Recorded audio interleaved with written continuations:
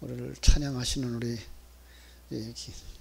이 목사님이나 또 우리 반주해 주신 우리 전무사님, 또 우리 영준이 청년들 이렇게 힘있게 찬양해 주어서 또 찬양하는 여러분들이 힘이 나는 것 같습니다. 오늘은 기도로 하나님 나라를 세우라 라고 하는 말씀을 같이 나누려고 합니다.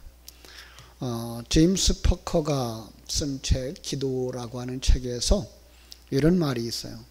틀에 박힌 기도는 실제로 영혼이 피곤할 때 하나님을 찾는 것이다. 기도를 매일 해야 할 일의 목록 중 하나로 전락시켜버리는 것이다. 뭐가 그렇다고요? 틀에 박힌 기도. 작심하고 그렇게 기도하는 사람은 없다. 하지만 영혼이 피곤하고 몸이 피곤할 때 거의 대부분이 습관화된다. 따라서 틀에 박힌 기계적 기도를 아무 생각 없이 드리면서 거짓된 영적 안도감을 느낀다. 하지만 하나님과 의도적으로 친교를 나누기 위해 특정 시간을 따로 놓는 것은 함정이라고, 이런 일로 들어가는 함정이라고 생각해서는 안 된다.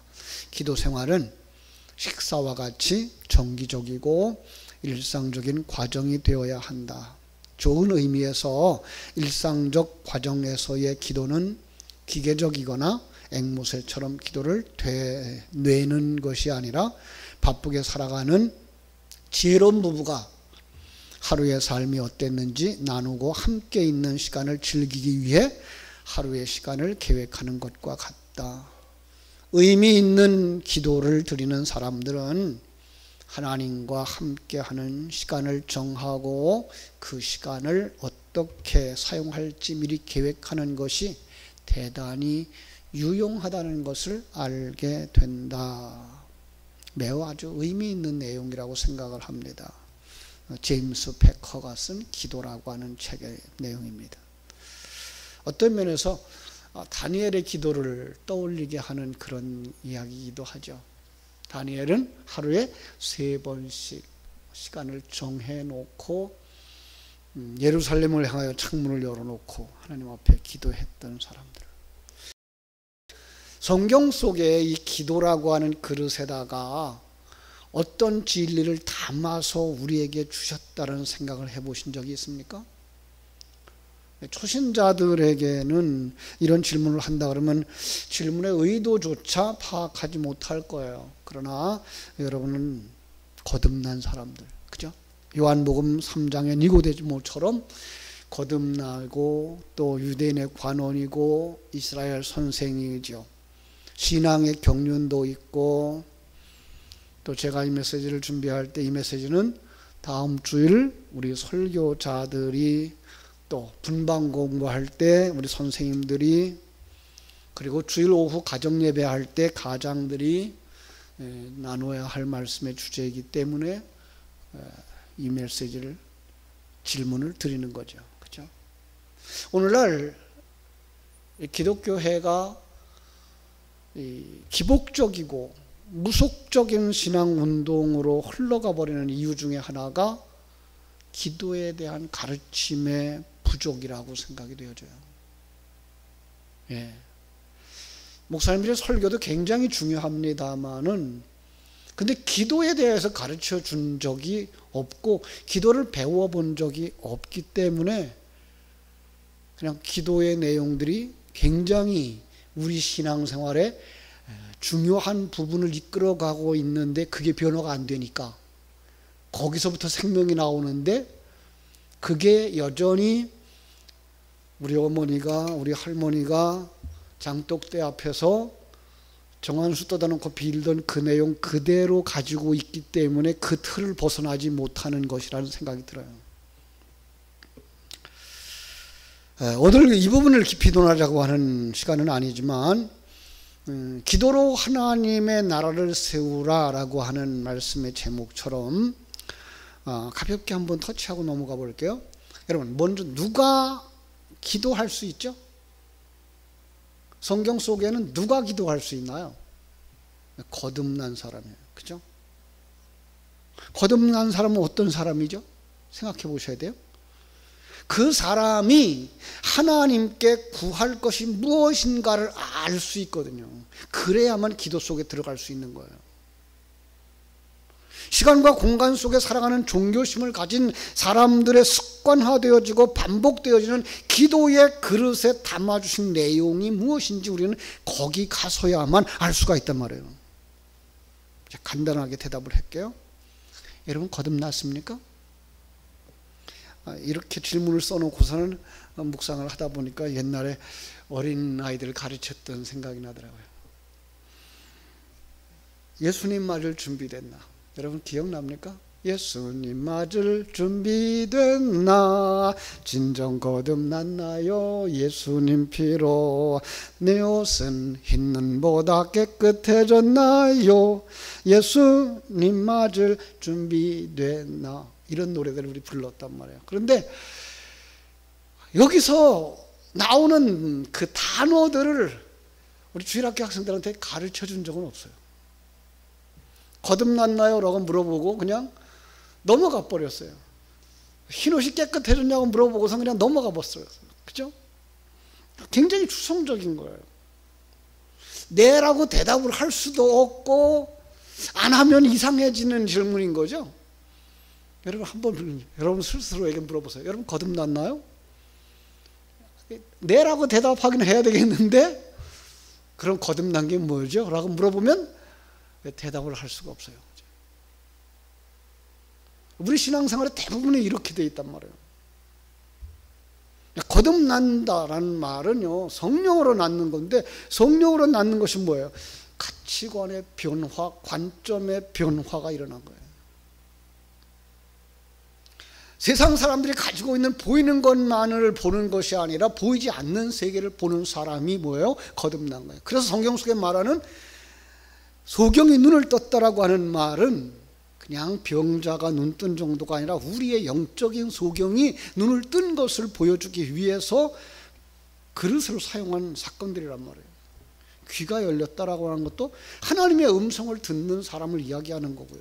문둥병자가 치료되어졌다라고 하는 것도 실상은 그 시대에는 문둥병자가 고침받는 것일 수 있어요. 그러나 성경 속에 기록해서 우리에게 주실 때 우리는 내가 문둥병자라 그런 거죠. 왜죠? 하나님이 여기 계신 걸 내가 몰라요. 느끼질 못해요. 하나님이 나를 인도하고 계신 걸 느끼지 못해요. 하나님이 나를 재창조하기 위해서 주시는 사건과 상황들을 느끼질 못해요. 왜요? 그 느끼지 못하는 걸 뭐라 그래요? 문둥병자. 그것들을 우리가 그냥 문둥병자는 병자인가 보다, 소경은 소경인가 보다라고 넘어가 버리기 때문에 그래요. 거듭났다라고 하는 것 자체가 이런 관점의 변화, 가치관의 변화, 그러다 보면 하나님을 아는 사람, 하나님의 목적을 아는 사람, 그 사람이 거듭난 사람이거든요. 이제는 여러분 그렇다면 우리가 대답을 할 수 있죠. 여러분 거듭났나요? 라고 질문하면 나는 그런 부분이 지금 누려지고 있는가? 그럼 거듭났다라고 말할 수 있는 거죠. 그죠? 그럼 그 사람이 구해야 될 게 뭐예요? 하나님이 목적이 무엇이냐? 하나님이 나를 왜 구원하셨을까? 구원하셨으면 왜 천국으로 데려가지 않고 왜 지금 이 땅에서 살게 하실까? 이 땅에 살아가면서 왜 우리는 이런 시련을, 고통을, 질병을 겪어가면서 살아가야 될까?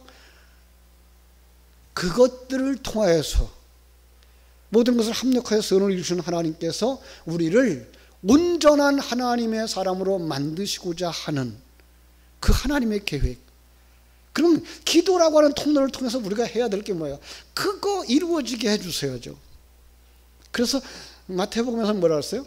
그의 나라와 의를 구하라. 이거잖아요. 하나님의 나라, 하나님의 뜻을 구하는 자들. 이게 바로 성도들인 거죠. 그죠? 그리고 그것이 이루어지기를 원하는 그 기도는 하나님이 더 좋은 걸로 주신다고요. 더 분명한 것으로, 더 확신 있는 것으로. 그죠? 그런데 이렇게 깨달아지는 상황들이 어떻게 주어집니까? 진리의 말씀을 통해서. 그래서 거듭난 사람들은 어떻게 살아요? 떡으로만 사는 것이 아니고 하나님의 입으로 나오는 모든 말씀으로 사는 거예요. 그러니까 기도는 내게 들려주신 그 진리를 되새김질해서 내 것으로 삼고 나의 생명으로 삼고 그것이 소원되어지게 하는 것. 그러니까 하나님 앞에서, 형제들 앞에서 진리를 되새김질하는 것. 이게 뭐예요? 기도인 거죠. 지금 우리가 꿈미에서 제공하는 자료를 가지고서 우리 주일학교 학생들을 말씀 같이 나누고 있는데, 여기 조금 부족한 부분이 바로 그런 부분이죠. 하지만 듣는 사람의 수준과 가르치는 선생님들의 수준에 맞춰서는 그 정도가 맞다라고 생각을 할 수 있어요. 거기다가 저는 조금 더 플러스해서 그것은 문자적이고 그리고 인간의 이성적인 부분이라면 거기다 조금 더 나가서 영적인 부분을 우리가 가져야, 우리 가르치는 자들이 그걸 가지고 있어야 된다고 생각하고 있기 때문에 그래요. 이번 주에 공과 제목들을 살펴보셨나요? 유치부는 기도하는 어린이가 됩시다죠. 유초등부는 교회는 기도하는 곳, 중고등부는 기도로 하나님 나라를 세우자. 이게 바로 이번 주에 돌아오는 주일날 우리 학생들과 같이 나눠야 될 대화 제목이죠. 같은 본문이에요. 자, 그 이야기를 한번 보면서 우리는 작년부에서 가졌던 기도로 하나님의 나라를 세우자라고 하는 말씀 같이 생각할 텐데, 오늘 본문을 한번 살펴보세요. 어떤 그림을 볼 수 있나요? 본문은, 그죠? 자, 어느 때의 이야기예요? 이제 21장 1절로 가면 예루살렘 입성하는 데부터 들어가죠. 그죠? 마태복음 21장 첫 번째 상황이 1절부터 11절인데 예루살렘 입성이에요. 그죠? 두 번째 상황이 오늘 본문의 12절부터 17절까지이고, 그리고 이어서 나오는 부분이 18절부터 22절, 이렇게 세 상황이 펼쳐지는 거죠. 한번 오늘 본문으로 볼게요. 예수님이 성전에 들어가셨어요. 성전에 들어가자 뭘 보게 되죠? 매매하는 사람들, 한마디로 장사꾼들이에요. 성전에 들어가시니까 거기에 어떤 사람들이 나와요? 돈 바꾸는 사람들이 나와요. 그러니까 그 당시에 순례자들을 돕겠다고 하는 명목으로 시작한 일인데 점차 그들은 그걸 통해서 자기들의 이익을 취했다는 거죠. 요즘 매스컴에 나오는 어떤 집단들하고 똑같죠, 그죠? 처음에는 그들을 도와준다 그러는데 거기서 생기는 돈이 크니까 어떻게 해요? 자기들 챙기는 일들이 생겼던 거죠, 그죠? 돈 바꾸는 사람들, 역사적 상황을 살펴보면 그래요.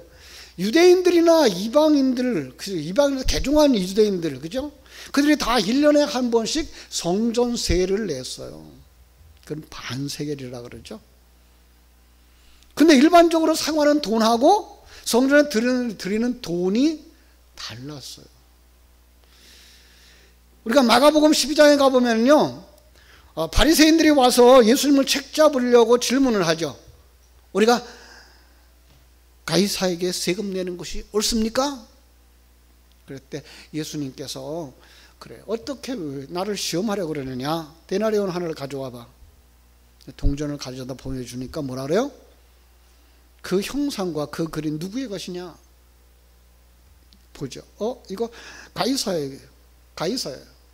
그죠? 황제의 얼굴이 그 동전에 들어가 있는 거죠. 그때 유명한 말씀을 하죠.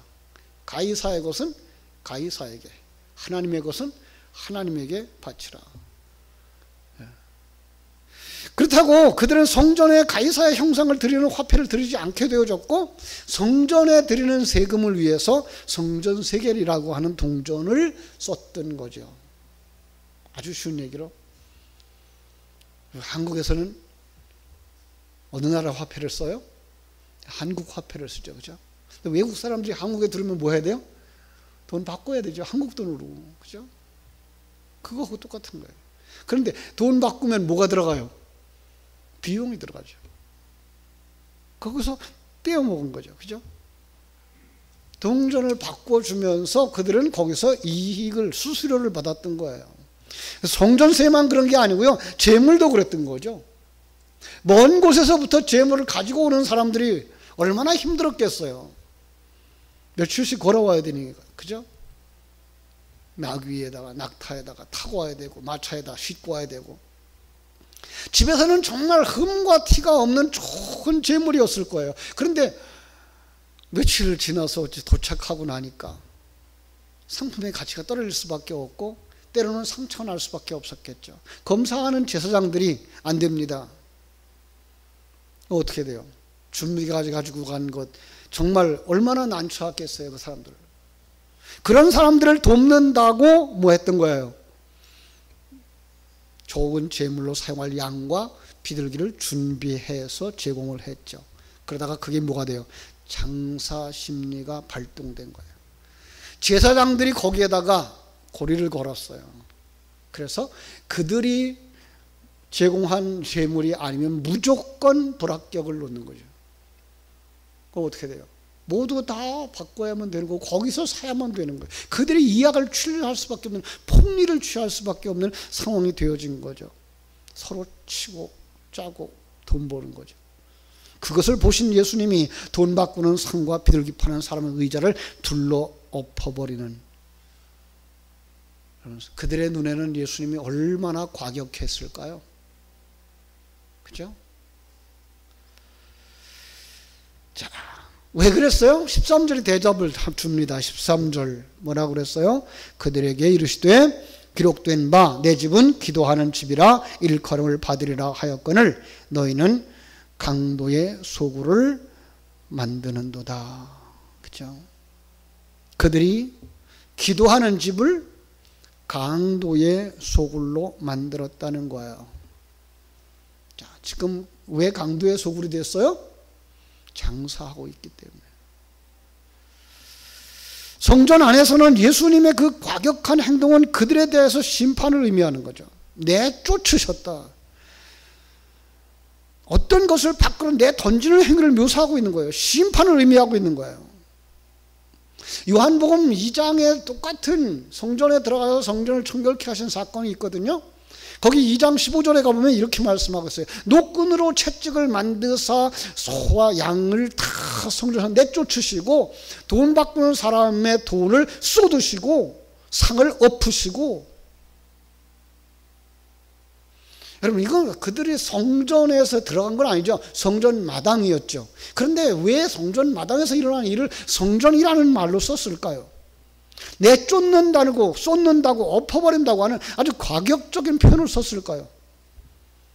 엎어버린다는 말을 원어로 찾아보니까 전복시키다, 파괴시키다 그랬어요. 여러분, 성전은 하나님 만나는 곳이에요. 그죠? 그런데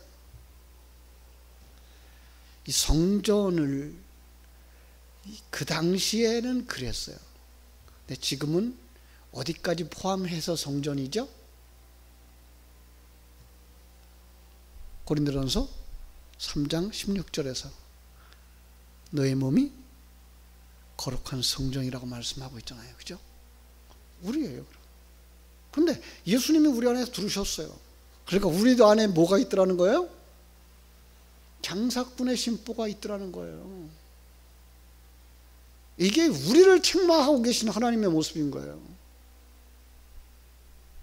세속화되어지고 변질된 거예요.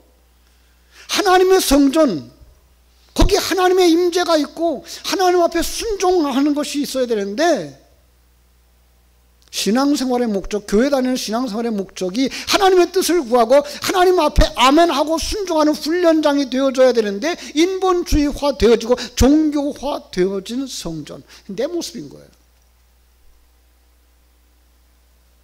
신앙생활의 목적을 예수님 팔아서 자기 의의를 드러내고, 사람을 만나서 자기 지위를 만들고, 하나님의 도움을 구하면서 그들의 욕망은 이 땅에서 잘 먹고 잘 살아보려고 하는 아주 쉬운 이야기는 뭐예요? 장사꾼의 심보를 가지고 있더라는 거예요. 누가? 내 모습이.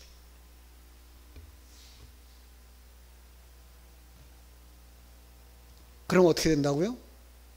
그거 부숴야 된다는 거예요. 그래서 주님이 요한복음에서는 뭐라 그래요? 이 성전을 헐라 그랬어요. 그게 성전이 아니고 뭐예요? 신전이에요. 이 신전을 헐라. 그러면 내가 사흘 만에 다시 세우리라. 우리 속에 옛사람과 신전, 우상숭배, 자기가 주인 되어진 그 신앙생활의 형태를 부숴버리면 하나님이 진리의 말씀이 우리 속에서 하나님이 주인 되어지고 하나님 앞에 순종케 하는 그 새 사람으로 만드시겠다고 하는 얘기죠. 이 놀라운 이야기가 18절부터 22절에 붙어 나오고 있는 거예요.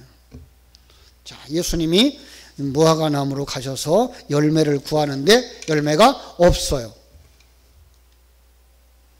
예수님 길가에서 무화과나무를 보고서는 열매를 구하는데 열매가 없어요. 그랬더니 저주를 하세요. 그랬더니 그 저주 때문에 무화과나무가 말랐더라. 여러분, 성경은요 또 다른 곳에서 이런 사건들을 보충 설명하는 곳이 있어요. 마가복음 11장 12절로 24절을 보니까요, 거기는 아주 재미있는 모양으로 성경이 구성되어져 있어요. 세 단락으로 이렇게 나누었어요. 마가복음 11장 12절부터 14절로 한 단락, 15절로 19절로 한 단락, 20절로 24절로 한 단락. 그런데 맨 앞에 있는 단락에서 뭘 보여주는가 하면 예루살렘 입성한 다음날 성전으로 들어가시다가 잎이 있는 무화과나무를 보고 열매가 없자 저주를 합니다. 그리고 15절부터 19절이 우리가 지금 살폈던 것처럼 성전에 들어가서 돈 바꾸는 자들의 상을, 비둘기 파는 자들의 의자를 엎어버리고, 그리고 마지막에 나오면서 20절로 24절에서 다시 무화과나무가 뿌리채 마른 것을 보고 제자들이 예수님께 와서 무화과나무가 말랐네요, 그런 얘기를 하는 거죠. 어떤 그림이죠? 샌드위치죠, 샌드위치. 그죠? 이건 그 헬라인들이, 히브리인들이 잘 사용하는 그런 기법이에요. 앞에 문장과 뒤에 문장, 사건이 같아요. 그리고 중요한 내용 가운데 들어가 있는 거예요. 핵심이 뭐예요? 성전은 기도하는 집, 그리고 기도하면 반드시 응답된다, 이거예요. 그런데 성전이 장삭불의 소굴이 되었다. 그것은 저주받아서 끝난다. 이 이야기를 무화과나무에다가 붙여놓은 거예요. 많은 분들이 이 무화과나무 그러면 무화과는 이스라엘의 상징이라고 생각을 하는 데서 그쳐버려요. 그리고 기도의 능력, 기도하면 반드시 응답한다라는 방향으로 갑니다. 가능성이 있어요. 그런데 기도의 의미, 기도에 담아주신 진리를 깨닫는다면 그렇게 설명해도 맞아요. 그러나 우리가 지금 잘못 행하고 주장하는 기도가 얼마나 많은지 보지 않습니까?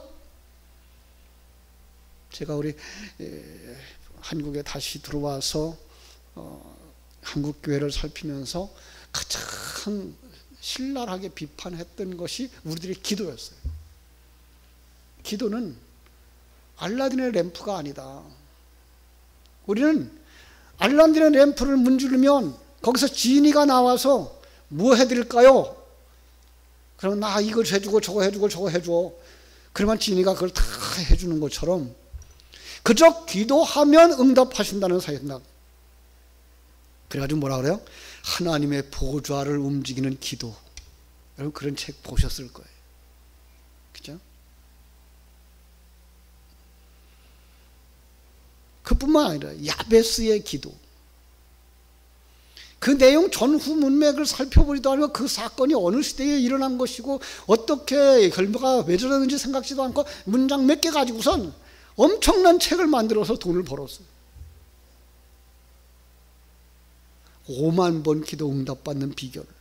그렇죠? 여러분, 그런데 왜 우리는 기도 응답받는 것보다 응답받지 못하는 게 더 많아요? 또 겸손하셔서 그래요. 내가 믿음이 없어서 그렇지 그래요. 여러분, 하나님께서 우리에게 요구하시는 것은 우리에게 조건이 있질 않아요. 하나님이 주시겠다는 약속 속에 들어가기만 하면 그냥 하나님은 그걸 주시는 거예요. 그런데 우리는 그걸 잃어버리고 내가 부족해서라고 생각해. 거기에다가 하나 덧붙이는 확신을 주는 게 뭐예요? 정욕에 쓰려고 잘못 구했기 때문에 응답받지 못한다는 거예요. 그것도 해석을 못하는 거예요. 정욕에 쓰려고. 이 시간과 공간 세계에 필요한 것을 구하였기 때문에 응답받지 못한다는 거예요. 그런데 어떤 사람은 응답받는데요. 예. 그런데 하나님이 주시고자 하시는 그것에 대한 응답은 아니라는 거예요. 하나님이 주시고자 하는 것들을 예비해 놓고 구하면 줄게. 에스겔서 36장에서 보여주는 것처럼 내가 이스라엘 백성을 회복시킬 거야. 그럼에도 불구하고 기도해야 할지니라 라고 말씀할 때 그들이 이스라엘을 회복시키는 뭐예요? 그게 우리의 구원이거든요. 여러분의 구원은 여러분이 기도해야만 이루어진다니까요. 근데 기도하면 여러분의 구원은 이루어진다니까요. 하나님이 원하시는 것이기 때문에.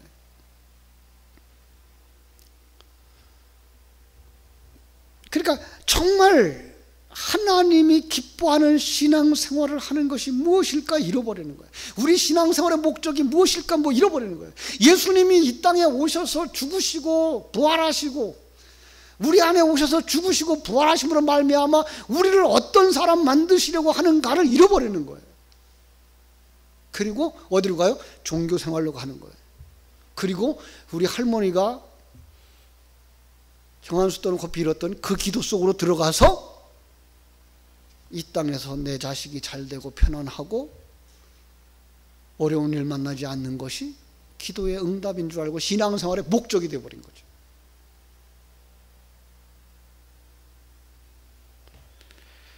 여러분 한번 점검해 보시기 바랍니다. 여러분도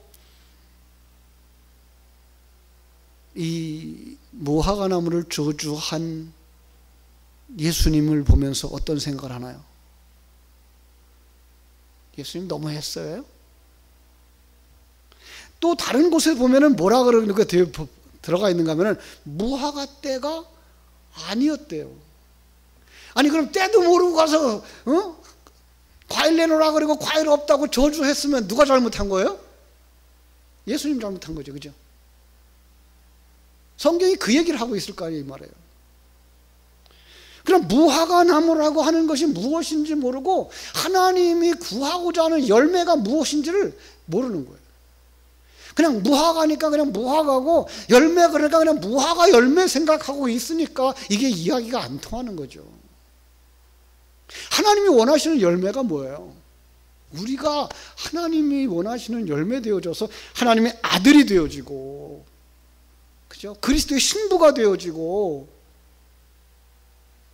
성전이 되어지는 거 아니에요. 그게 열매예요. 그 성경에 나오는 모든 열매를 요구하시는 상황들은 그거예요. 왜 그 포도원 과수원을 만들어서 농부에게 주고 갔다가 주인이 다시 사람들을 보내서 열매를 구하는데 열매를 못 주죠? 이쪽에서 열매를 내놓을 게 없어요. 열매 맺지 못했거든요. 그게 불신앙이거든요.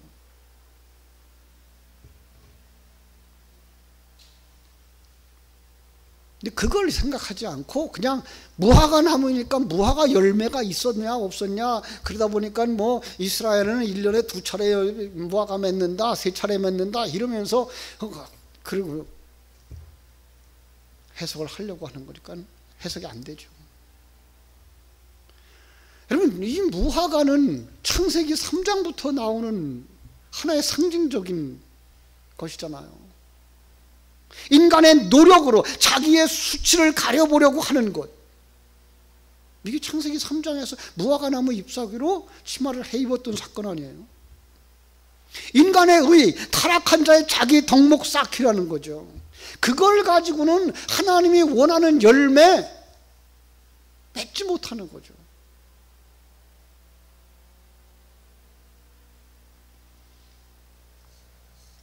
지나간 이야기니까 하나 더 하고 할까요? 이스라엘 백성들이 출애굽해서 광야에서 하나님이 주시는 만나에 왜 만족하지 못하죠? 하나님이 주시는 생수에 왜 만족하지 못하죠? 하나님이 주시는 만나가 뭘 요구할까요? 생명의 말씀, 진리의 말씀인데 그게 뭘 요구하죠? 자기 십자가를 져, 자기 부인해, 여기에요. 그래야 뭐가 돼요? 아들이 되어져요. 그래야 신부로 살아요. 그런데 그 사람들은 뭘 달라는 거예요?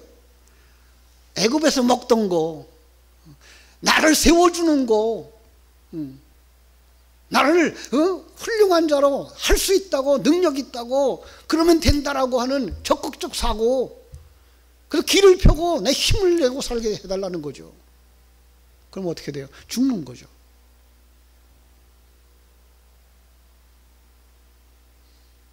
그래서 그걸 갖다 뭐라 해요? 보양식품이라고 그러는 거예요. 만나를 먹고, 그죠? 뭐예요? 그게 박하다고요. 우리 기분이 떨어지게 한다고. 자기 십자가 지니까, 자기 부인하니까, 진리의 말씀은 그걸 요구하시니까. 그러니까 설교를 들으면서 여러분들이 기분이 좋아지거나 할 수 있어 하고 나가면 그 설교 잘못한 거예요. 설교를 들으면서 뭐 해야 돼요? 아, 내가 그런 죄로구나. 아, 난 그런 죄를 지었구나. 그거 내려놔야 될 거구나. 하나님이 주인이시고 하나님 주신 것에 만족할 수 있어야 되고 풍성해야 되는구나. 그죠? 이 사건 속에서 보여주는 것도 인간의 노력으로 하나님이 기뻐하는 열매를 맺을 수 없다라는 거예요. 그죠? 그럼 어떻게 해야 됩니까? 주님을 모시는 성전이 되어야 되는 거죠. 예루살렘에 입성하신 예수님처럼 우리 안에 오시면 우리가 뭐가 돼야 돼요? 거듭나야 되는 거죠. 그죠? 예수님을 여러분을 왜 초대하셨어요? 예수님을 왜 믿어요? 유대인들은 다윗 왕국의 회복을 요구하고 있죠. 그죠? 이 땅에서 천국을 누리고 싶죠. 이 땅에서 하나님이 왕이 되고 나는 장관 되고 싶은 거예요. 종교적인 거죠. 장사꾼들의 거래 심리죠. 그러면 어떻게 되신다고요? 진리의 하나님이 우리 속에 오셔서 화내신다고요. 이 심지어 헐어버리자고 그런다고요. 그러니까 설교를 하면 뭐 해야 돼요? 그거 부숴야 됩니다. 그거 내려놓아야 됩니다. 진리의 말씀은 우리에게 그걸 가르쳐 줘야 되는 거죠. 그거 아닙니다. 이겁니다라고. 그래서 뭐 하죠? 성전을 홀라. 보이는 성전, 우상화되어진 신전. 그러면 내가 사흘 만에 다시 세우리라 하신 거예요. 어떻게 헐어야 될까요? 이게 기도예요. 예. 조금 더 순수하게 표현하면 뭐예요? 성전을 기도로 청결하게 해야 되는 거예요. 어떤 기도예요? 이게 오늘 본문의 21절, 22절이에요. 내가 진실로 너에게 이르노니 만일 너희가 믿음이 있고 의심하지 아니하면 이 무화과 나무에게 된 이런 일만 할 뿐 아니라 이 산더러 들려 바다에 던지라 하여도 될 것이요 너희가 기도할 때에 무엇이든지 믿고 구하는 것은 다 받으리라 하시니라. 다시 한번 반복합니다. 무엇을 위해서 기도해야 된다고요?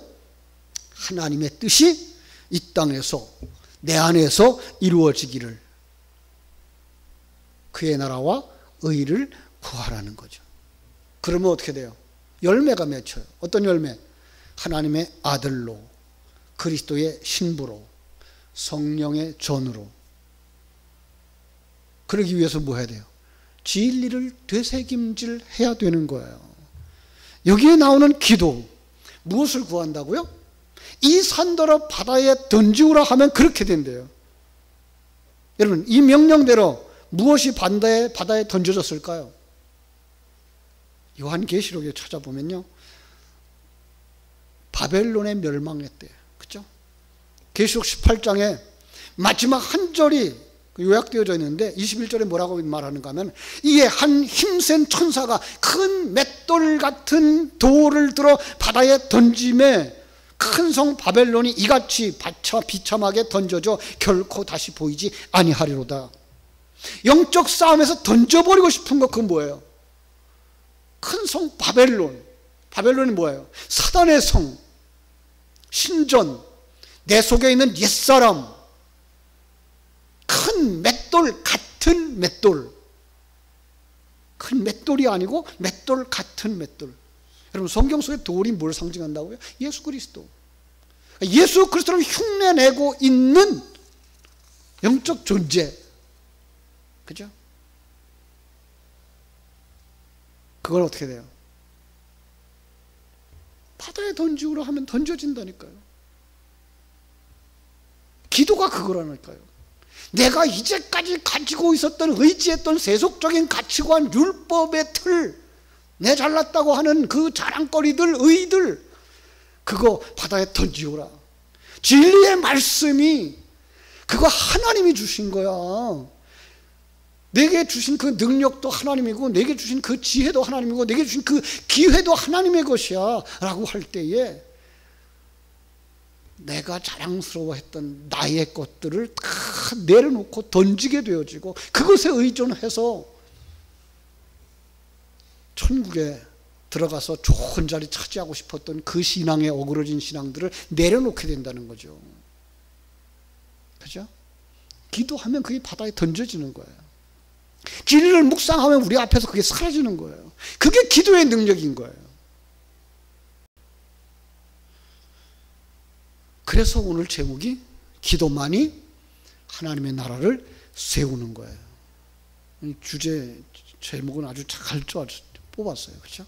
그러므로 그 안에 담긴 진리를 잘 묵상하시면, 기도하시면 우리 안에 하나님의 나라가 임하고, 우리 공동체 안에 하나님의 나라가 임하고, 우리는 영적인 하나님의 나라의 일부가 되는 그 놀라운 역사를 이루게 된다라고 하는 사실입니다. 정리가 되나요? 기도는 거듭난 사람만이 이해할 수 있고 그 사람들만 구할 수 있는 거예요. 그래서 요한복음 15장 7절 제가 자주 인용하죠. 너희가 내 안에 거하고 내 말이 너희 안에 거하면 무엇이든지 원하는 대로 구하라. 그리하면 이루리라. 이거예요. 너희가 내 안에 거하고, 여러분들이 예수님의 말씀 안에 거하고, 예수님의 말씀이 여러분 안에 거하여 하나 되어지면 여러분이 보는 것이 주님의 눈으로 보게 되고, 여러분이 느끼는 것이 주님의 느낌으로 느끼게 되어지고, 여러분이 소원하는 것이 주님이 원하는 것을 소원하게 되어지는 거죠. 그게 뭐예요? 그의 나라와 의를 구하는 거죠. 그 심령 속에 하나님 나라가 세워지고, 그 공동체 속에 하나님의 나라가 세워지게 되는 줄로 믿습니다. 여러분, 이처럼 기도는 소중한 것입니다. 기도는 해도 되고 안 해도 되는 것이 아니라, 여러분, 항상 기도하라라고 하는 말씀, 그죠? 항상 기뻐하라, 범사에 감사하라, 쉬지 말고 기도하라. 쉬지 말고 기도하라. 왜 그래요? 되새김질 해야만 그게 생명되어지기 때문에. 여러분의 삶 속에 기도가 충만되어져서 정말 그 기도로 말미암은 하나님의 생명을, 하나님의 나라를 여러분의 심령 속에 세우시고, 그리고 여러분이 천국의 일부가 되어지는 귀한 축복이 있기를 주님의 이름으로 축원합니다. 기도하겠습니다.